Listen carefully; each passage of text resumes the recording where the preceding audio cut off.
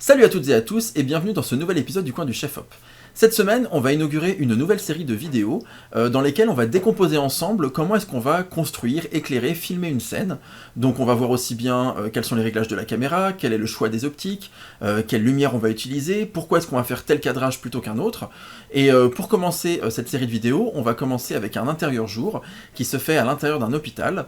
L'idée, ça va être de voir d'abord la séquence vidéo ensemble, et puis après, je vais vous décomposer étape par étape tous les éléments dont on a parlé, de sorte à ce qu'à la fin, vous soyez en mesure de comprendre comment ça a été fait, et aussi, éventuellement, de le reproduire, ou en tout cas de nourrir la réflexion pour ce qui est de votre propre travail quand vous allez devoir filmer ou éclairer une séquence.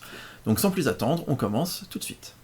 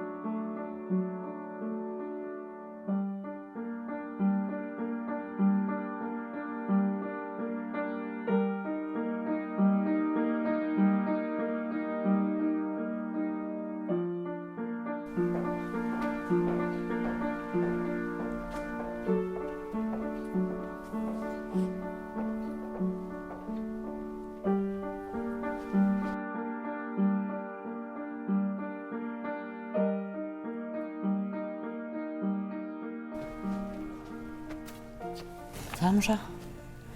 Bon, ils ont donné des médicaments à papa pour qu'il fasse dodo, d'accord? Donc on va pas le réveiller, surtout qu'il fait peut-être un beau rêve, ok? Mais si tu veux, tu peux lui faire un bisou. D'accord. Tu veux?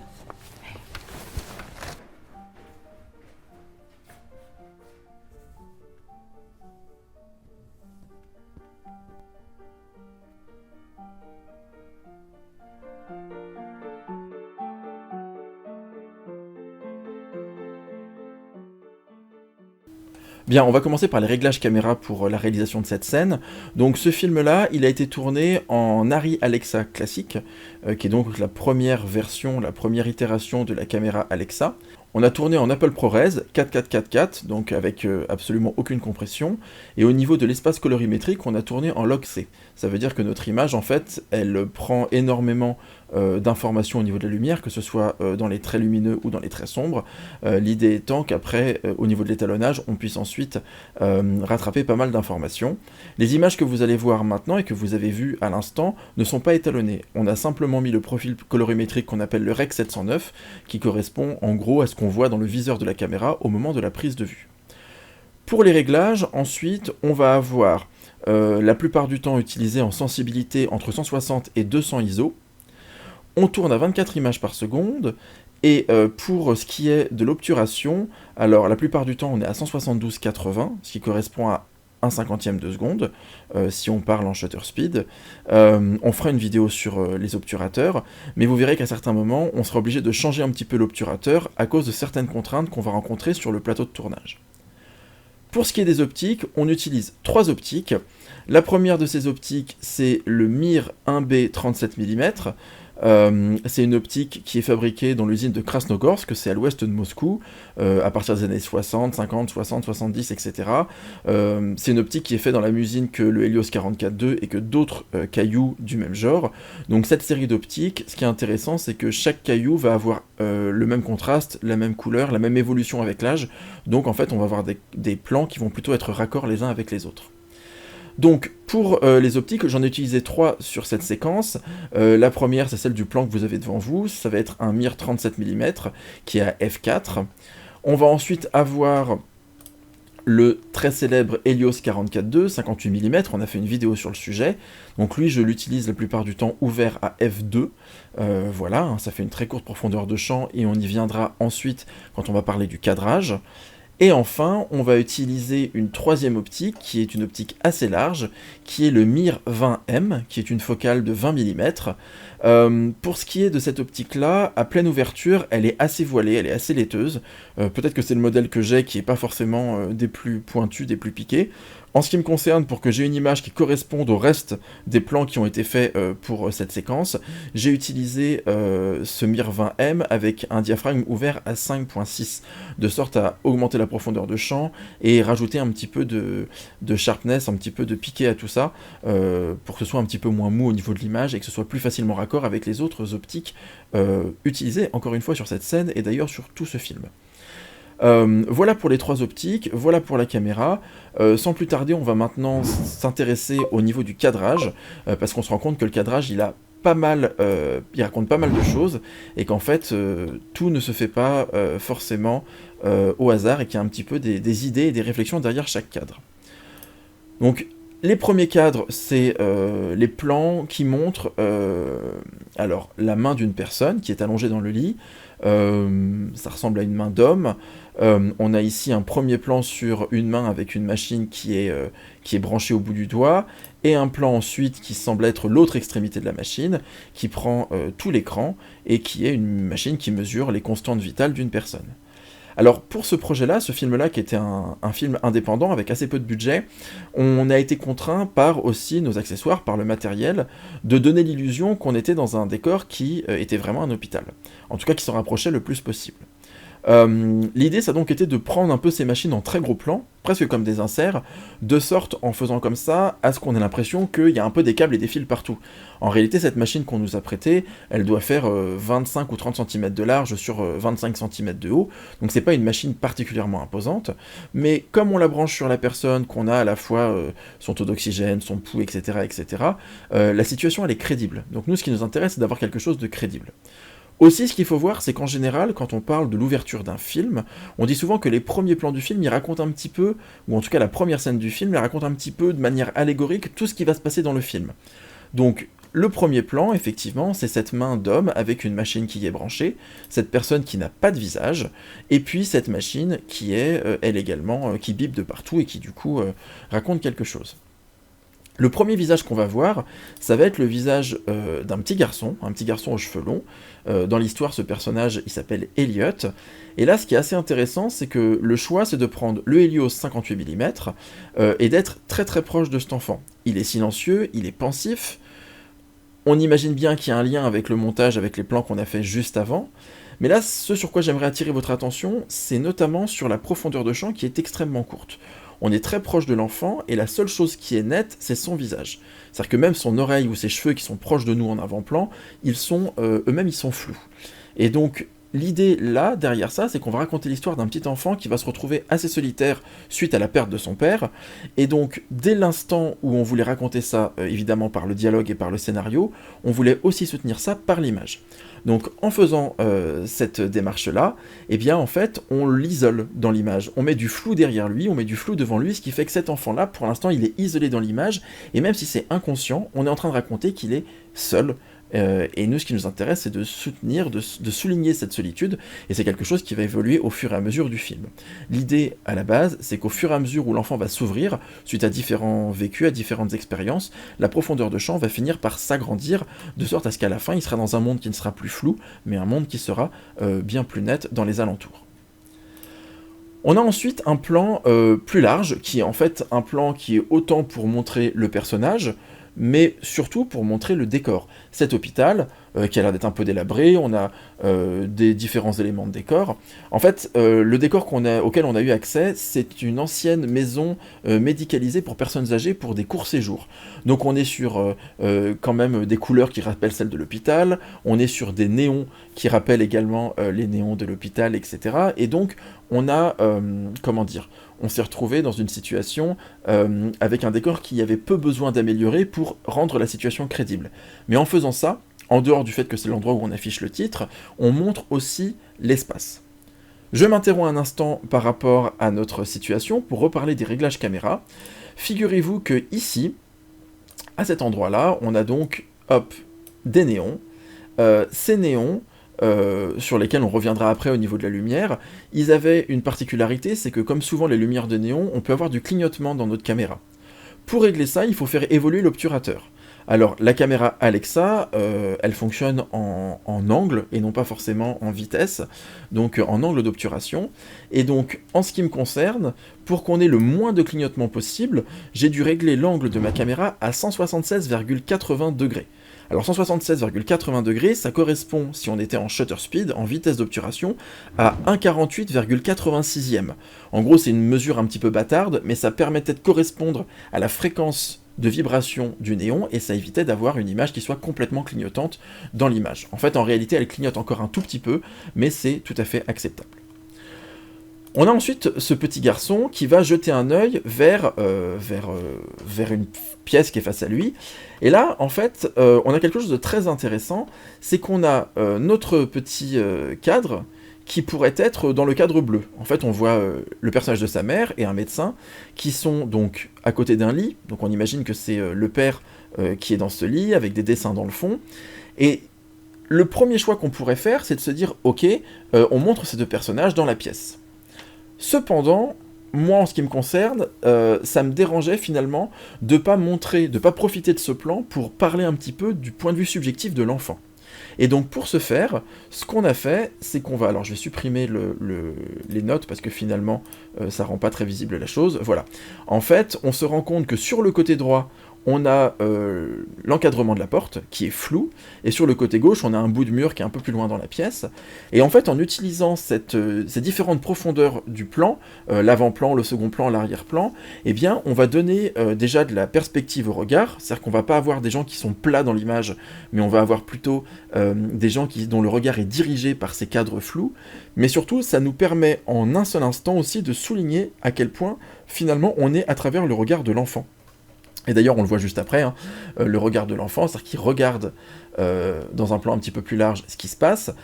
Le plan, il est plus large, pourquoi ? Parce qu'en fait, on veut aussi, à un moment, révéler un autre personnage qui est isolé en même temps que l'enfant, c'est sa peluche. Alors sa peluche, là, pour l'instant, on la repère pas complètement, mais elle aura une vraie importance dans la narration, dans le scénario, et donc, pour pouvoir, finalement, de manière inconsciente, présenter ce personnage, sans faire un gros plan insisté sur la peluche, eh bien, on a fait un petit peu plus large ce plan. Alors, on continue, on va avoir ensuite le personnage du médecin qui s'en va. Alors là, on est revenu sur le plan serré sur l'enfant. Ce qui est intéressant, c'est que très très vite, le médecin, lui, retourne dans le flou. Donc encore une fois, ça n'appartient pas au monde de l'enfant. Par contre, ce qui appartient au monde de l'enfant, et qui est vraiment important, ça va être sa mère.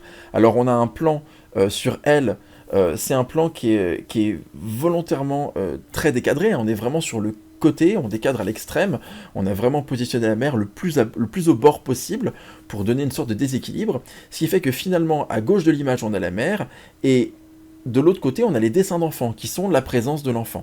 Donc là, c'était intéressant de faire cette espèce d'équilibre entre la mère, et en fait, dans cette pièce, il y a à la fois le père qui est dans le lit, la mère et le fils. Ils sont présents, soit physiquement, soit par la symbolique des dessins qui sont faits par l'enfant. On va avoir ensuite, du coup, la mère qui va marcher vers son fils, et là, encore une fois, ce qui est intéressant, c'est que la mère et le fils sont les deux seuls à être isolés dans l'image. C'est-à-dire que là, ce qui est vraiment intéressant, c'est que tout le reste est flou, mais on raconte par cette scène d'ouverture que la mère et le fils, tous les deux, ils vont être ensemble, face à quelque chose qui est flou autour d'eux. Donc évidemment, ça va être la perte d'un proche, mais ce qui est intéressant, c'est qu'encore une fois, de manière très subtile, de manière très non dite, c'est pas dans le dialogue, on va simplement par l'image raconter à quel point ces deux personnages-là, ils vont se retrouver ensemble, isolés, entourés de flou. Donc ça, c'est vraiment intéressant, hein, vraiment de penser à l'image comme étant un outil pour raconter des choses au-delà simplement du cadre. C'est-à-dire qu'il y a le cadrage, là on est sur le sujet du cadrage, néanmoins, il y a aussi finalement tout ce réglage des optiques hein, qu'on a vu, quel choix on va faire pour qu'on dirige le regard et pour que inconsciemment on puisse montrer par l'image ce qui se passe à l'intérieur des personnages. Alors, on continue sur les plans, on a l'enfant qui vient voir son père au bord du lit, alors l'enfant là il est au milieu, on a un regard triste, on a un fond uni, c'est vraiment des plans de coupe, hein. L'idée c'est encore une fois de montrer qu'il est seul, c'est enchaîné ensuite par, encore une fois, la présence du père qui n'est symbolisée que par sa main, on voit que la mère elle-même, elle tient la main de son mari, mais ça s'arrête là, et enfin on va avoir, ils vont partir, hein, on les voit, ils s'en vont, ils quittent la pièce, et on s'arrête sur les dessins. Alors d'ailleurs, là, on a eu une fausse teinte, hein. On a le soleil qui est passé à ce moment-là, parce que malgré la lumière, on avait quand même une source qui venait de l'extérieur, qui était le jour, et il y a eu des nuages, donc ça a un petit peu joué sur notre éclairage. Et encore une fois, ce plan-là n'est pas du tout étalonné, hein, donc vous êtes sur quelque chose qui est brut, simplement la couleur telle qu'on l'avait dans le viseur. Et là, on termine sur les dessins d'enfants, et là, qu'est-ce que ça raconte encore de manière très inconsciente? C'est que le père est à l'hôpital depuis un certain temps. On n'est pas sur un personnage qui vient par exemple d'avoir un accident et qui est dans un hôpital et tout le monde vient voir comment il va. S'il y a des dessins au mur, ça veut dire que le temps a déjà un petit peu passé. Donc ça c'est intéressant aussi, inconsciemment on raconte que le personnage du père, il est, eh bien, il est tout simplement hospitalisé depuis un bout de temps. Alors maintenant, si on s'intéresse à la lumière qui a été utilisée, encore une fois, on est sur un film avec un budget qui est assez limité. Donc on se retrouve à devoir faire un petit peu avec les moyens du bord. Pour ce qui est de cet axe-là, ce plan-là, on a utilisé en fait un projecteur qui est un flow light, c'est comme un Kinoflow, ce sont des tubes néons avec une température de couleur de 6500 Kelvin. Et ces tubes néons, ils sont eux-mêmes encore filtrés par un rideau de douche, qui était la seule toile de diffusion assez grande qu'on avait, encore une fois, avec ce budget-là. Et donc, du coup, l'idée, c'est d'avoir une lumière qui soit assez enveloppante autour de l'enfant, tout en sachant que on veut jouer sur ce côté un peu verdâtre, un petit peu malaisant des hôpitaux. C'est-à-dire que les hôpitaux, c'est pas un endroit où on aime être. Et finalement, on voulait pas quelque chose de trop beau. On trouvait que ce jaune pisseux sur les murs et que cette espèce de vert en fond, qui est pas une super couleur, et ben on va s'en servir comme d'un avantage pour avoir des reflets un peu verdâtres, pour avoir des choses qui sont que cet endroit-là, il est pas accueillant. Donc ça nous intéressait véritablement de pouvoir avoir une lumière qui soit comme ça, alors qui vient évidemment déboucher le visage, hein. Si jamais on éteignait les lumières, l'enfant était dans le noir. On n'avait que les néons du dessus et ça nous intéressait pas. Donc évidemment, l'idée c'est d'éclairer le visage, hein. Ce qu'on veut c'est voir le personnage. Mais là on n'est pas tellement dans l'effet de la lumière, on n'est pas là pour montrer quelque chose de joli dans l'image, dans le sens où je montre pas que je suis en train de faire de la lumière, même si je suis en train d'en faire, je veux simplement contraster son visage qui est un petit peu plus clair avec un fond qui est un petit peu plus vert. On va avoir ensuite, sur ce plan plus large, donc évidemment la même lumière qui vient de face, et je reviens sur nos néons, donc nos néons qui nous ont obligés à changer la vitesse, l'angle d'obturation, pardon, de notre caméra, et aussi ces néons, en fait, ils sont un petit peu plus verts, donc ma caméra, elle est réglée sur 5600 Kelvin, ça veut dire qu'on est en température du jour. Les néons que vous voyez, ils sont en réalité dans les 4500, quelque chose comme ça, donc ils sont un petit peu en dessous, ils sont un petit peu verdâtres, et ils contribuent à cette ambiance qui est un petit peu glauque. On n'avait pas les moyens par rapport à notre situation de remplacer ces tubes ou de changer ces choses-là, donc tous les tubes qui sont au-dessus de l'enfant, y compris hors champ, il y a des néons qui sont au-dessus de sa tête. Il faut savoir aussi que comme on voulait quelque chose qui soit assez simple, et on était aussi un peu pris par le temps, on n'avait qu'une demi-journée pour tourner dans ce décor-là, on n'a pas accroché des projecteurs supplémentaires sur le plafond. Il est possible, vous voyez les plafonds techniques, comme on les appelle, ces espèces de barres de métal qui maintiennent des dalles pour après accéder sous le plafond aux tuyauteries, aux câbles électriques, etc. Il y a des super accroches très simples qui permettent de mettre des projecteurs sur ces plafonds techniques. Là, en l'occurrence, le budget et le temps ne nous le permettaient pas, donc on est allé à l'essentiel. Des fois, la lumière, c'est aussi savoir composer avec ce qu'on a sous la main. Allez, quatrième plan, alors là c'est intéressant, on a de nouveau une source en daylight qui est diffusée, assez forte, qui vient éclairer le dos du médecin, qui vient éclairer un petit peu le visage de la mère, et qui vient de manière un peu forte éclairer d'ailleurs le lit. C'est-à-dire que cet élément-là sera probablement un tout petit peu retravaillé à l'étalonnage. Ça, c'est une erreur, par exemple. Typiquement, cette zone-là, elle aurait dû être moins marquée. Donc, soit en travaillant sur l'angle, soit sur la brillance. Mais typiquement, il faut savoir montrer quand il y a des erreurs. Ce pied de lit en bois, il est, à mon sens, beaucoup trop lumineux. Ça, c'est vraiment une faute. Alors, peut-être pris par le temps, sans aucun doute. Mais en réalité, là, il y a véritablement quelque chose qui aurait dû être amélioré. Ça n'a pas été le cas. Donc, c'est quelque chose, en revoyant ce plan-là, où je me dis, ok, le cadrage, il est bien parce que j'ai finalement ces différents niveaux de profondeur du plan. En revanche, cette lumière à cet endroit-là, elle n'est pas correcte. En tout cas, elle est trop forte. Et enfin, pour déboucher le visage à la fois de la mère et du médecin, de manière extrêmement subtile, on a un panneau LED qui vient un tout petit peu déboucher le visage, hein, donc on est sur quelque chose qui est sur une température de couleur qui doit être de 5006 aussi, alors que le daylight extérieur, il est volontairement un petit peu plus haut, hein, on doit être encore à 6500 Kelvin, l'idée étant d'avoir du blanc qui vient de l'extérieur, encore une fois pour évoquer aussi un petit peu toutes ces notions qui sont celles de la lumière au bout du tunnel, de la mort, etc. etc. Et alors que la lumière qu'on leur met sur leur visage, elle est un peu plus en raccord avec la caméra, donc c'est du LED 5600 Kelvin. D'ailleurs, je termine avec un dernier plan qui est intéressant, c'est quand le médecin s'en va, on voit que la lumière du jour, elle vient vraiment épouser le visage de la comédienne. Donc ça, c'est véritablement quelque chose qu'on veut, c'est qu'on ait ce naturel. En ce qui concerne ce plan, c'est pas le cas dans tout ce film, mais pour la plupart des plans de ce film, et y compris pour cette scène d'ouverture, où on est à la fois contraint par le temps, contraint par le budget, et par le matériel de fait, pour le travail qu'on a à faire, dans ce cas-là, il faut vraiment aller à l'essentiel. Qu'est-ce que je raconte? Et là, je vous renvoie à la vidéo qu'on a fait la semaine dernière sur les 4 éléments de base de la lumière.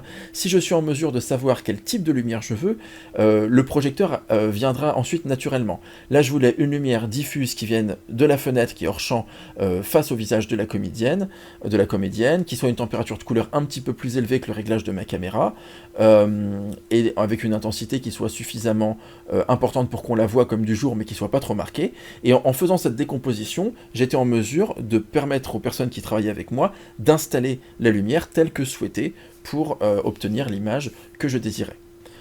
Dernier élément, j'ai refait un petit commentaire ici, donc là bon c'est un peu flou, mais on voit, quand l'image est animée ici, qu'on a cette fausse teinte qui a lieu parce que malgré le fait qu'on avait des projecteurs, j'avais pas des projecteurs suffisamment forts pour pouvoir complètement borgnoler, occulter ma fenêtre et ne mettre que de la source artificielle. Il a fallu que je compose avec la lumière du jour, encore une fois budget oblige, et je me suis retrouvé dans cette situation où je n'avais pas la possibilité de contrôler le ciel et donc de me protéger des fausses teintes, et donc j'ai eu un nuage qui est passé un moment. C'est quelque chose qui devrait réussir à se corriger grâce à l'étalonnage. Donc voilà pour la lumière de ce film, encore une fois, quelque chose d'assez simple, d'assez diffus, quelque chose qui en fait appelle au naturel. Voilà, on est sur un film là où en tout cas pour la scène d'ouverture on n'est pas du tout dans les faits. Ça viendra plus tard dans le film, mais à ce moment-là, ce qui m'intéresse surtout, c'est qu'on ne se dise pas « Ah tiens, il a mis tel projecteur, ah tiens, la lumière elle est bizarre ». Non, là on est dans le naturel, on est dans le verdâtre, on est dans quelque chose qui est un petit peu malaisant, mais on est, on est beaucoup plus attaché au cadrage et à la façon de filmer et à la façon d'ouvrir nos optiques et de régler notre caméra pour raconter un petit peu ces personnages solitaires, qui encore une fois va être un petit peu une sorte d'allégorie de tout le film, et un petit peu le job de ce petit garçon, ça va être de réussir à sortir un peu de ce brouillard, et donc pour ça, on fait pas trop d'effets, on s'adapte au budget qu'on a à disposition, et tout se passe bien. Voilà, il faut pas chercher à en faire trop. Si vous voyez la lumière dans votre image, si vous voyez que la lumière de votre projecteur, elle marque vraiment trop ce que vous filmez, dans ce cas-là, c'est que vous êtes peut-être trop fort, et il faut pas hésiter à redescendre un petit peu. Voilà pour cette vidéo d'intérieur jour dans un décor d'hôpital, j'espère qu'elle vous aura plu, qu'elle vous aura donné envie vous-même de vous mettre à la lumière et d'essayer des choses pour vos prochains projets. Si ce genre de vidéo vous plaise, eh bien n'hésitez pas à nous faire signe, à nous le dire dans les commentaires pour qu'on puisse en produire d'autres. Voilà, si vous avez des remarques, des questions, des suggestions, n'hésitez pas à nous le dire, que ce soit par les commentaires, par Instagram ou par d'autres moyens. N'hésitez pas à liker la vidéo, à vous abonner à la chaîne. Si jamais vous avez moyen de nous soutenir grâce au Patreon, eh bien n'hésitez pas. C'est 2,50 € par mois, c'est pas grand chose, mais pour nous c'est beaucoup, ça nous encourage à continuer. La semaine prochaine, normalement, il y aura une autre vidéo. En fait, je serai en tournage, mais théoriquement, j'aurai enregistré la vidéo à l'avance, donc j'espère qu'il y aura une vidéo. Sinon, ce sera dans 2 semaines, à mon retour. D'ici là, portez-vous bien, faites de la belle lumière, faites de beaux films, et puis passez une excellente journée sur le coin du chef-op. On se dit à très bientôt. Salut!